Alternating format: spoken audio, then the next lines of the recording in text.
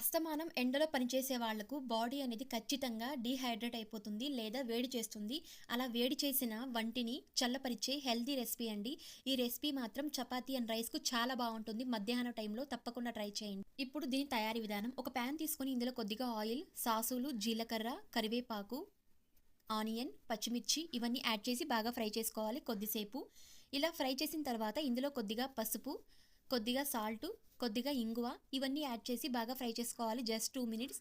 ఇలా ఫ్రై చేసిన తర్వాత ముందుగా ఇలా నేను సొరకాయను ఇలా చిన్న చిన్న పీసెస్గా కట్ చేసి పెట్టుకున్నానండి. ఇలా కట్ చేసిన పీసెస్ను ఇందులో డైరెక్ట్గా మనం యాడ్ చేసుకోవాలి. ముక్కలను ఇందులో యాడ్ చేసి కొద్దిగా వాటర్ యాడ్ చేసి దీన్ని ఈ ముక్కలు బాగా ఉడికేంత వరకు మనం ఫ్రై చేసుకోవాలండి. ఇలా మూత పెట్టుకుని బాగా ఫ్రై అయిన తర్వాత దీన్ని కొద్దిసేపు చల్లారించాలి. ఒక బౌల్లో ఇలా యాడ్ చేసి ఇందులో కొద్దిగా పెరుగు, కొద్దిగా వాటర్ యాడ్ చేసి ఇలా మనం మిక్స్ చేసుకుని తినడమే అండి. తప్పకుండా ట్రై చేయండి. మరిన్ని ఇలాంటి వీడియోస్ కోసం ప్లీజ్ ఛానల్ని like and subscribe. Thank you.